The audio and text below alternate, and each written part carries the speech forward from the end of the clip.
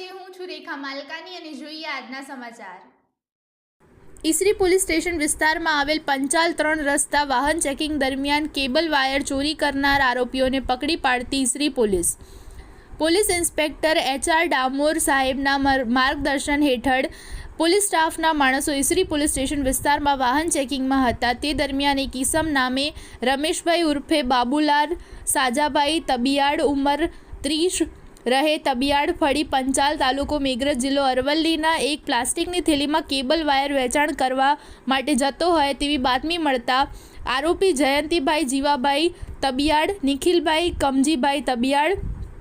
અને ફળી પંચાલ તાલુકો મેઘરજ અરવલ્લીના સાથે મળી ચોરી કરેલ હોય જે ગુનામાં પકડી પાડવામાં આવી ઈસરી પોલીસ સ્ટેશને સફળતા મળેલ છે।